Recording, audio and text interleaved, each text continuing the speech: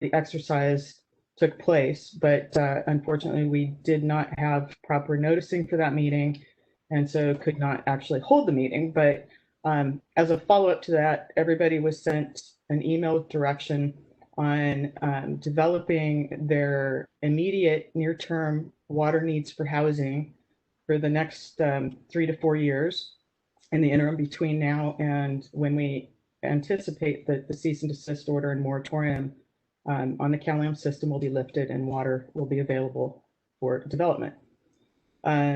So you're going to be relying a lot on your staff packet for this item, just to let you know. So what we're looking at right now is we've received responses from 5 of the jurisdictions. We didn't get responses from Delray Oaks, and we didn't get a response from the unincorporated areas of the county and the district. And so this effort really is about water for properties that are in the CalAM system. So we found that the responses that came back were between approximately 88 to 95 acre feet, not including those jurisdictions that didn't respond. And so what we have discussed in the staff report is a methodology to make a request to the state that they'll hopefully support releasing some water for housing needs. And Dave, can I turn it over to you at this point to talk about the different options that? Yeah, sure. And hopefully people have the staff note handy, because we did not make slides of these tables. So we took the initial responses, basically took Monterey's range and locked it in at slightly above the average of 19.5. So locked it in at 20. And we just, table 1 shows how those initial responses can be summarized, kind of based on size. Then we recognize that the non-responses should be assigned some value. And then there were underrepresented entities that we did not have a chance to get direct responses from. And that's Naval Postgraduate School, Presidio of Monterey, and the school districts. Recognizing that, for example, Monterey Unified has a proposal which is not in the CalAM service area, but they also have some property that they're considering that is within the CalAM service area. So then we said, all right, let's just do some basic assigning to those, 4 acre feet for the school districts, 6 for the Presidio of Monterey, which was based in part on a letter received and past credit that they're concerned about losing for a project that they've had difficulty getting authorization from on high to go ahead and proceed with. 3 for the Naval Postgraduate School with no basis in fact or background. And then for unincorporated county, recognizing that they're very limited by their general plan, we kind of took, for example, the Rancho Cañada Villages project and said, well, what if 20% was set aside for affordable? How much water, by the way, does that project need, and where else could they put projects? And we came up with a value of 5 acre feet. And then we gave Delray Oaks 3, recognizing there aren't that many buildable lots and the size. And 3, that's nothing to sniff at, I guess. So table 2 shows kind of the responses with those fill in the blanks, and it slightly changed the percentages of ask. But then we realized that first off, 113 acre feet is probably too much to be asking for. And it may actually overstate what's realistic to believe that could be shovel ready and authorized within the next 3 to 4 years. So we looked at the 5-year average, the 5-year savings in 5 water years since the CDO was passed in 2009 versus the most recent 5-year water usage. So the difference between those is about 3,200 acre feet. So we said, well, 2% of the savings is, close enough to about 75 acre feet, and that's a de minimis amount. Back in my investment banking days, 2% was always kind of the cutoff for what does the Latin for de minimis mean? And so I just kind of targeted it at 2% to say this is a de minimis ask. So when you do that and recast table 2 to come out to 75 acre feet, you get table 3, and that's just reweighting based on the same percentages, but having the total come to 75. But then we started to say, where's the need really at? Tempered a little bit with who has allocation and who doesn't have allocation. You may recall that City of Monterey is one of the most water constrained. Delray Oaks is the most water constrained at 0, whereas Pacific Grove has their local entitlement, and Seaside has allocation, just very difficult to get a meter set. So then we looked at some alternative approaches. First was looking at weighting by population. So here we kept the unincorporated county, Naval Postgraduate School, City of Monterey, and school districts. I'm sorry, not unincorporated county, just the 3 at the bottom. We just kind of locked them in, and then took the remainder and allocated by population. And you can see the allocations shifted a little bit. Notably, Pacific Grove then drops from the highest ask to fall in line as the 3rd highest. And then we said, let's look at the regional housing needs allocation values for each entity. Again, locking in the 3 at the bottom at their 2, 4, and 2 acre feet. And you get a reallocation here where Monterey, because of its sizable need under RENA, kind of leaps to the top, and then others drop away a little bit. Pacific Grove notably drops even further down. Seaside remains relatively high. But we recognize that Monterey hasn't really asked for 31 acre feet. And so we said, well, what if we drop Monterey back to roughly the 20 and give a little bit of water back to Carmel and Delray Oaks and Sand City? What would it look like? And that's the table 6. And that's kind of where we arrived at with our staff recommendation,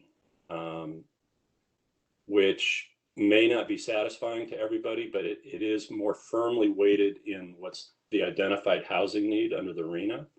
It's the old RENA. We know that the numbers are going to be probably increased for every entity in this process that's going on right now. But this is based on the last handbag round of housing needs allocation. So this is our current recommendation. This is what is going to go to our Water Demand Committee at their meeting later today. We recognize that you and the jurisdictions will probably want to ruminate on this a little bit, and then maybe get back to us with one last round of discussion before we lock it in and then begin some of our meetings that we'll talk about next steps after this. So with that, I just want to throw it out there to anybody for first reactions or comments or anything else.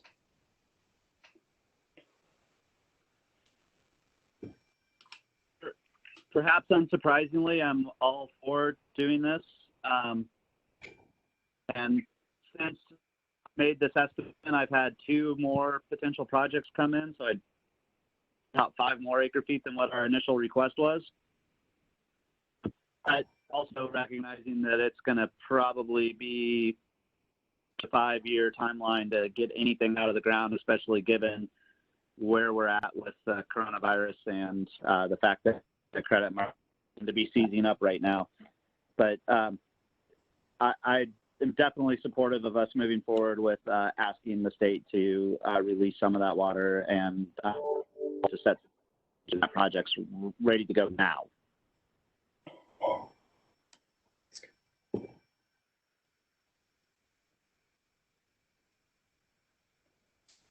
Guys, it's Dino. So just a couple thoughts on this. First off, apologize for not submitting initially. We've just been consumed with all things for closing out, and appreciate the chance to engage now. Obviously, any water coming our way is more than welcome. We're very pleased with that. A concern that I have is how are we gauging this 75 acre feet number in terms of how are we determining what the market will bear at the state level? That, and you may have explained that, Dave, but I missed it. What go bigger?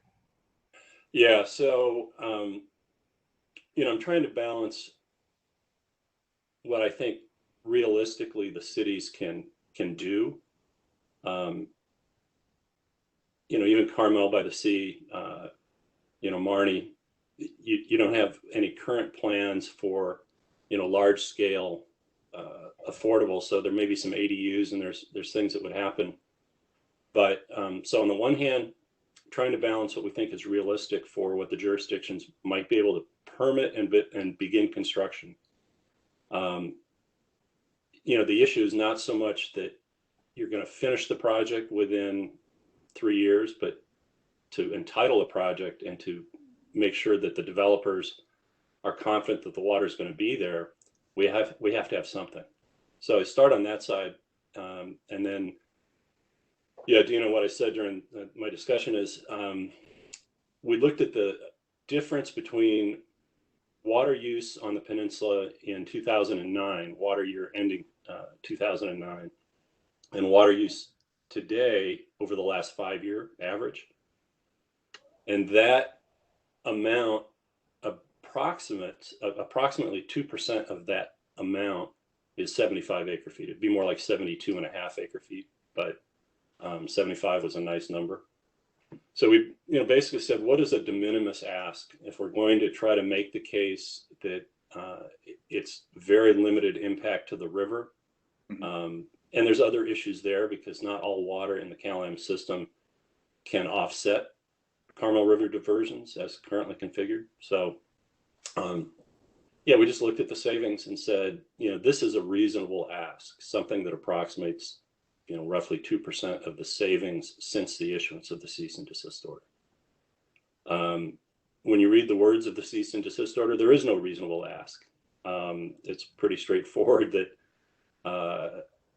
we're not supposed to be doing this, but the housing and community development side of the state is very concerned about progress. And I think, not to create divisions among you all who are working really hard, but City of Monterey has done a very good job of demonstrating where they can do projects, how much water is going to be needed for those projects, which ones can get started. I think Seaside's also done a very good job. Seaside's a little more constrained on the need for new meters. But we're trying to come up with a number that's not too big, that still is serviceable to get some projects going here on the peninsula. Got it. My only comment, then I'll shut up, is that that all makes sense to me, and whatever we can get approval for, more than welcome, especially with regard to for Delray Oaks in terms of allowing the build out of ADUs in the next 3 years, and potentially some development on the 17 acre parcel, which is also in Cal-Am's service area. Right. The only concern I would have is that this not be characterized as somehow or adequate, but rather an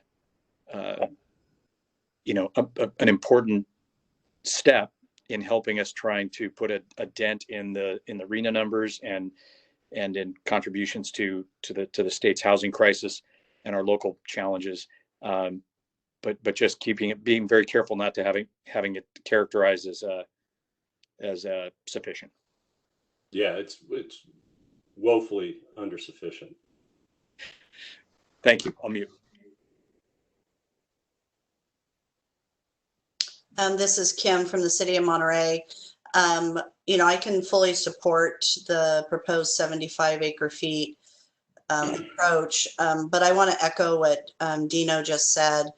I think if you this is a step forward. If you asked our city council, I think we've only constructed 100 of our 650 units. Their goal for our department is to construct the 650 units by 2023. We're going to fall abysmally short of that. So we know we'll get a new number in 2023. In addition, our council has directed us to take 4 city properties and have them developed as 100% affordable housing projects, and we will be releasing RFPs for that. Their goal is for us to construct as many affordable units as possible. So any step forward is appreciated. The 20 acre feet is short of us meeting our 650, but at least it's a substantial step forward. That's my only comment. Thank you.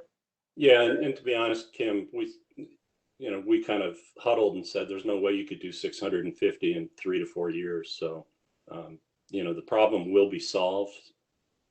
Steve, I know you're on mute, but the problem will be solved by 3 to 4 years, and we'll have a permanent water supply. I did want to note something got lost in this version of the staff note that hopefully is still in the version that goes to Water Demand Committee. Table 6 does not add up to 75 acre feet. It adds up to 70. And we've taken 5 and put it back into the district reserve so that it's replenished under the assumption that we're going to get to where we want to go on Garden Road with the district reserve allocation. So 5 acre feet would be back in the district reserve. And so we'd also be at a point, Dino, say in your case, where if it looked like everybody's using their water as allocated here, but you've got a project for that 13 acre parcel and it's more than 25 to 30 affordable units, you can always come to the district and ask for an allocation, and our board can consider that. Or we may be at a point, 2.5 years down the road where it's evident that, Seaside's not using all of theirs or Pacific Grove's not using all of theirs. And so there's a possibility that we could, shuffle some of the water around with the recognition that by then we'll know what permanent water supply projects under construction and how long its lead time is. So it may be possible that any one of the jurisdictions can say, all right, we see the light at the end of the tunnel. We know when there's going to be a permanent supply. Go ahead and take an acre foot from me. So, this isn't permanent, but it's guidance for those who really do have projects ready to go. And, there's some wiggle room as time passes.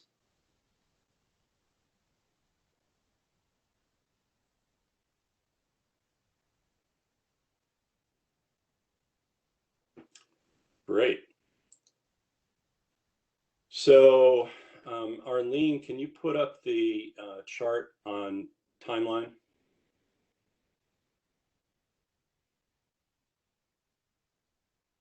And I guess maybe before we do this, do we want to go up for public comment? Are there any hands raised?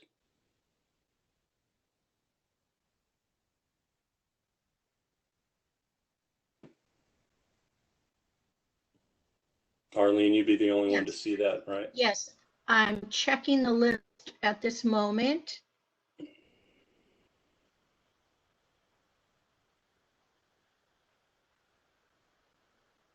If anyone has a comment, if you are calling in, you can press *9 on your phone, and then I'll see that you would like to speak. If anyone else would like to speak, please use the hand raised icon. that you see on your screen. Are there any comments?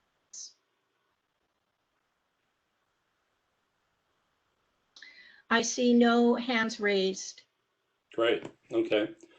So you see in front of you or on the screen, sorry for the folks on the phone if you don't have a screen in front of you, but the timeline that we proposed to carry this out on behalf of the peninsula as a whole was to get to the TAC by the end of June. We missed that by 2 days.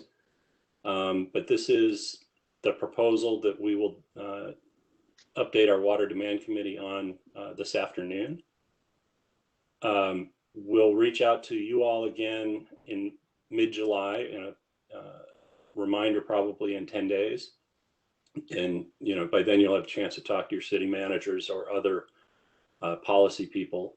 And if there's a real problem with this proposal, we'll want to hear from you. Then we'll finalize it with our Water Demand Committee at the August 6th meeting. And then we'll start work with Housing and Community Development at the state.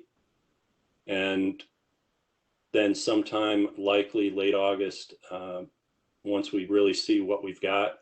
And also during this August time period, folks like Kim or Kurt or anyone else who wants to be involved, this is where we'll try to also reach out to our coalition of supporters, United Way, Land Watch, etc. So we'll be working on community support as well during that period, probably late July through August. I know that the Monterey Bay Economic Partnership has a housing subgroup that I sat on. They're very interested as well. Just yesterday, we're asking questions about the Two Garden Road projects and what have you. So they're very attuned to this as well. So we're looking at late August to petition the state board. It's going to take a bit of a reach in terms of finding an easy path through the cease and desist order. Our starting point, of course, will be the words that talk about the ability to provide relief, even though they are written as to pertain to the reductions under the CDO. I think a broader reading of what the relief mechanism is could be construed that relief from any aspect of the cease and desist order that affects health and safety. Then we'll give them a couple of months to try to work with us, and we'll see where it goes towards the end of the year. Also happening during this period will be the Coastal Commission hearing on the desal project in August. And so that'll be a data point as to where are we headed with permanent water supply, which can either shorten or lengthen the window that we're talking about for the types of projects that would benefit from this approach. So that'll be an important data point, I think, as well for the state regulators to kind of assess what the lie of the land is. So that's the plan. And as I said, we will look to you jurisdictions, perhaps the ones with the stronger interest, to work on building a coalition of folks we can work with. Any questions there? Great. Well, Chairman Cole or Stephanie, you want to take this over? Sure. The next agenda item is an update on revisions to the second bathroom protocol. Thank you, Kim. Just wanted to let the TAC know that our board adopted ordinance number 185. It went into effect June, it was 18th. And what that ordinance does is allow a second bathroom to be added in a dwelling unit that if there are less than 4 units, so you could have a duplex or a triplex on a property, or up to 3 small houses on a site, they would be allowed to add a second bathroom without a debit to the jurisdiction's allocation. And And the other thing is that for those properties that took advantage or have taken advantage in the past or want to take advantage of the second bathroom, and have been restricted to only having, it was previously restricted only to single family dwellings on a single family residential site. And so now ADUs can be added without having to permit the old second bathroom that took advantage of the protocol.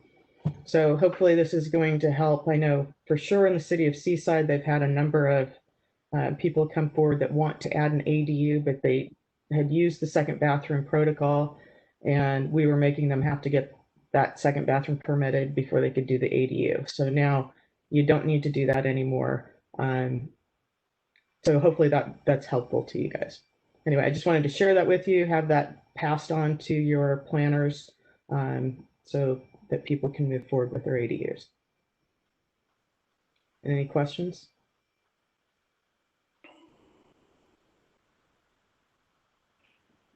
All right. I just want to say thanks for doing that. It's fantastic. We've got 7 ADUs in the pipeline that hopefully will be under construction in the next couple of weeks.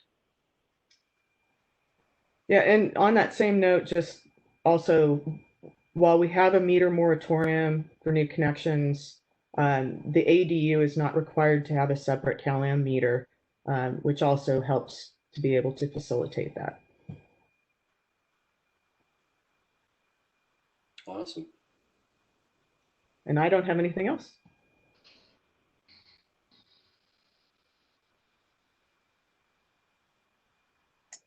Well, I think that's the last item on our agenda. Anything else before we adjourn?